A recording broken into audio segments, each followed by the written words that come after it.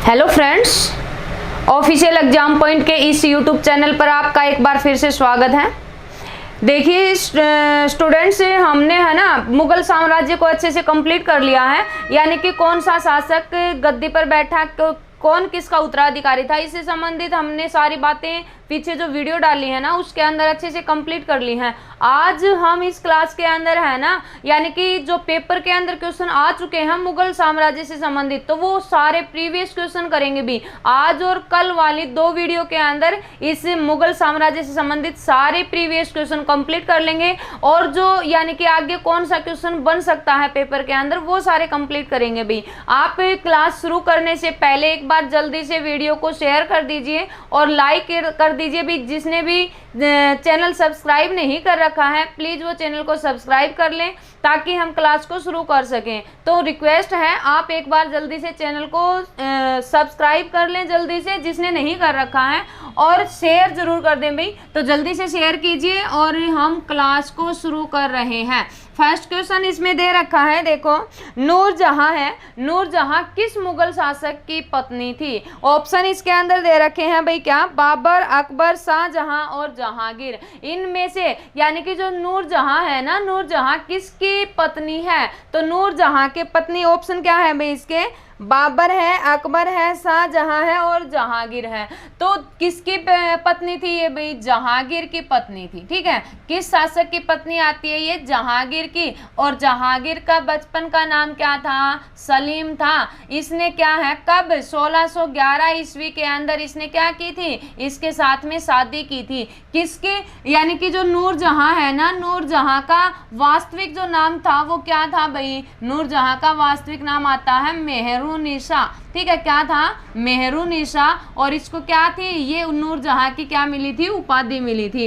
अब नूरजहां के जो ये विधवा थी भाई, इसका जो पहला पति था ना, इसके पति का नाम क्या आता है? शेर अफगान। ठीक है, जो अली कुली बेग के नाम से जाने गए थे। और इसके पिताजी थे ना, इसके पिताजी का नाम आता है क्या? गयास बेग। और ये जब गयास बेग है ना, इसकी मृत्यु हुई तो इसका क्या बनवाया था? मकबरा बनवाया था। किसने? नूरजहां ने ही। और अगर बात करें किसके भाई, इसकी माताजी, माताजी का नाम क्या आता है? अस्तमत बानो बेगम। ठीक है, कौन है? अस्तमत बानो बेगम है। और ये अस्तमत बानो बेगम क्या थी? ये गुलाब से इत्र निकालने की विधि जानती थी। ठीक है, क्या है भाई?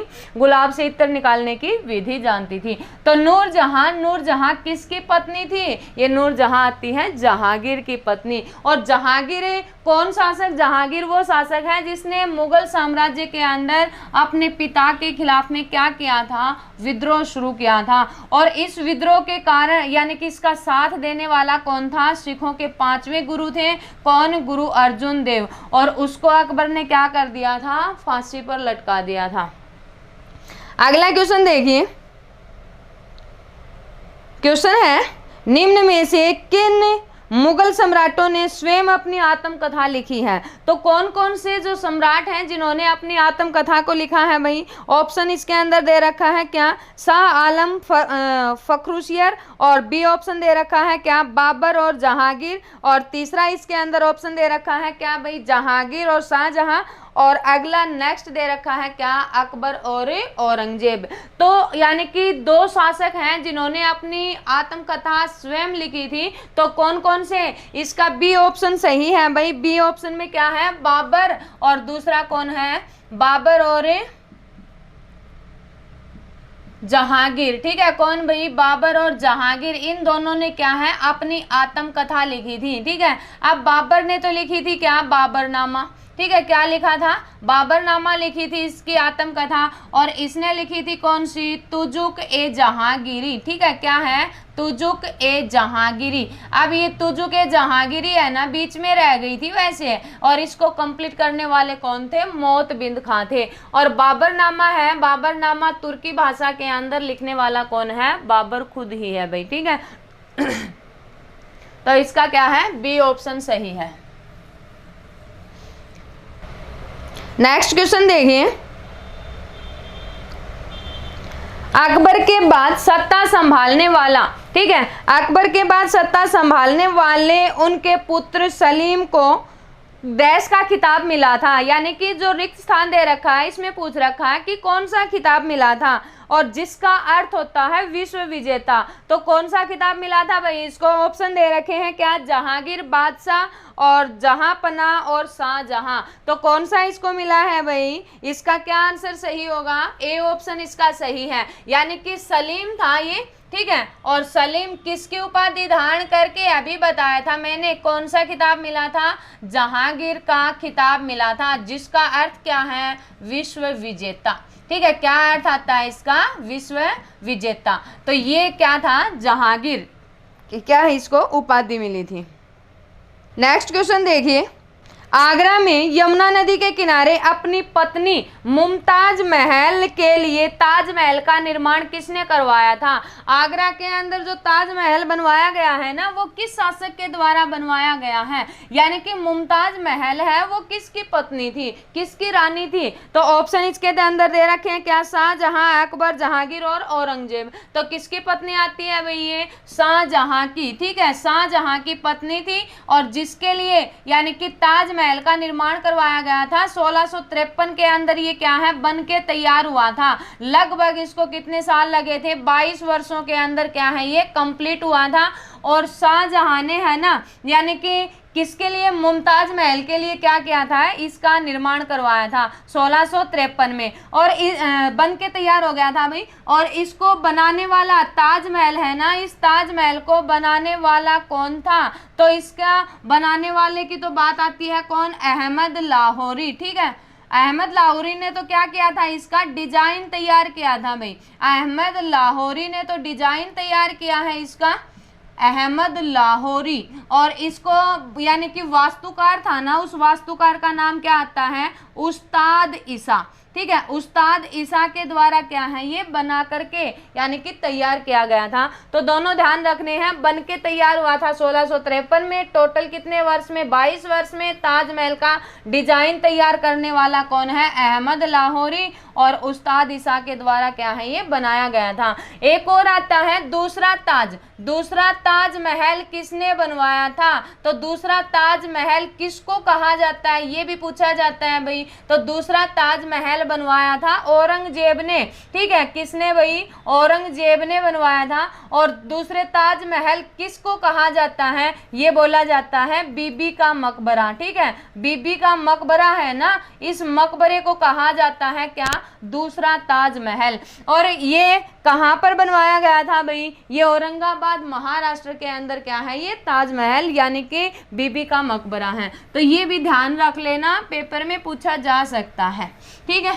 तो दूसरा ताजमहल के नाम से प्रसिद्ध है कौन सा, बीबी का मकबरा। और अपनी मुमताज महल के लिए ताजमहल का निर्माण करवाने वाला शासक कौन था, शाहजहां थे। शाहजहां का वास्तविक नाम क्या था, तो ये भी ध्यान रख लेना, खुर्रम, खुर्रम इसका क्या था, वास्तविक नाम था। और इसको शाहजहां की क्या मिली थी, उपाधि मिली थी। और ये शाहजहां की उपाधि देने वाले इसके पिता ही आते हैं भाई, और इसके पिता का नाम क्या था, जहांगीर। जहांगीर ने क्या किया था, इसको ये उपाधि दी थी। अगला क्वेश्चन है, लाहौर में बादशाही मस्जिद का निर्माण किसने करवाया था। ये 2019 के पेपर में आया हुआ है भाई। तो लाहौर के अंदर जो बादशाही मस्जिद बनवा रखी है ना, इस मस्जिद का निर्माण करने वाले कौन है। ऑप्शन दे रखा है शाहजहां, औरंगजेब, अकबर और हुमायूं। तो कौन से के द्वारा बादशाही मस्जिद का निर्माण करवाया गया है, तो ये इसका कौन सा बी ऑप्शन सही है भाई, किसके द्वारा, औरंगजेब के द्वारा। औरंगजेब ने बादशाही मस्जिद का निर्माण किया है।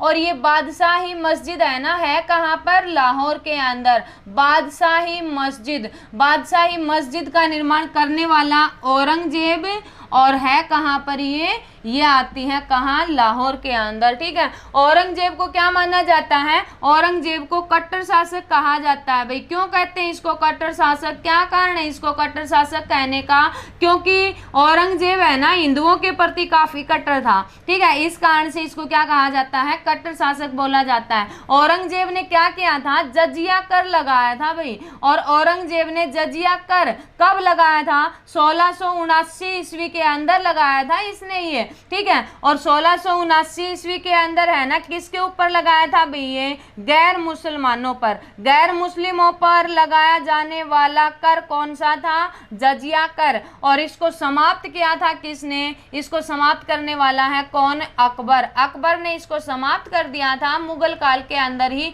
और फिर इसके द्वारा क्या है ये लगाया गया है। अब इसके बाद अगला क्वेश्चन देखिए, तो इसका सही आंसर कौन सा हो जाएगा, बी इसका सही है भाई।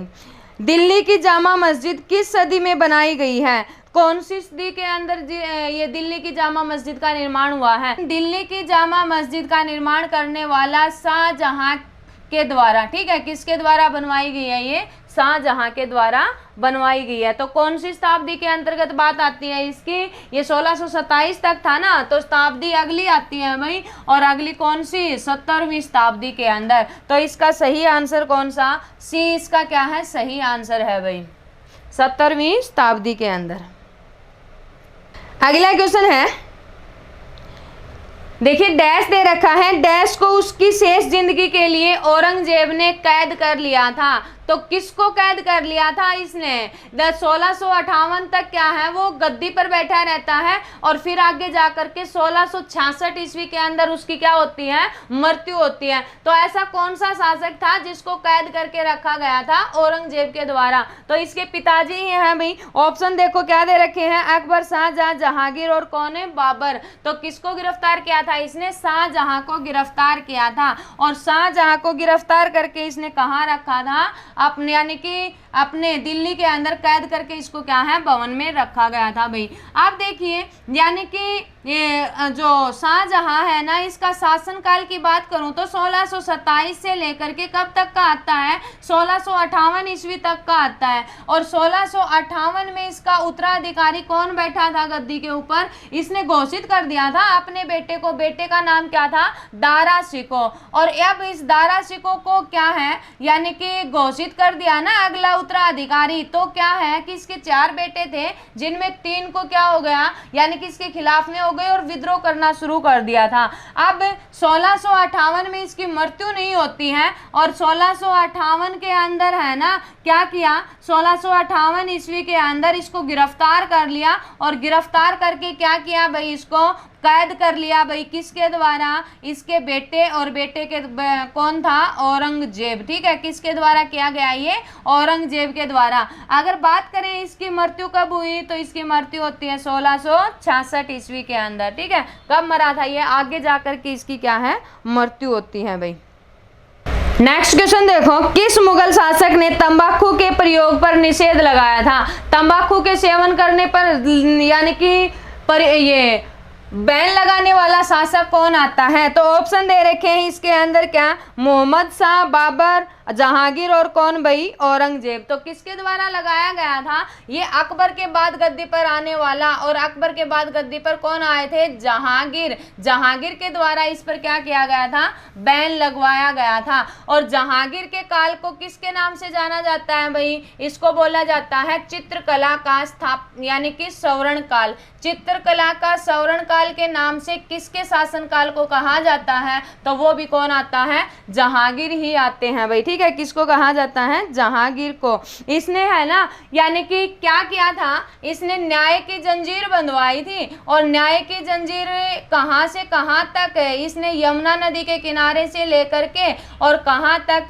यानी कि लाहौर के अंदर, लाहौर के किले तक क्या किया था, इसने इस जंजीर को बंधवाया था जहांगीर के द्वारा। इसके शासनकाल में तख्त ए ताउस और मयूर सिंहासन का भी क्या किया गया था, बनवाया गया था या निर्माण किया गया था। और इसी के अंदर है ना इसने क्या है यानी कि जो कोहिनूर था, ठीक है, कोहिनूर के हीरो को क्या किया था, इसने जुड़वाया था। और इसने मादक पदार्थों के ऊपर क्या है, प्रतिबंध लगाया था, जिसमें क्या आता है, तंबाकू। तंबाकू पर बैन लगाने वाला शासक कौन था, जहांगीर थे भाई। ठीक है, कौन थे, जहांगीर थे।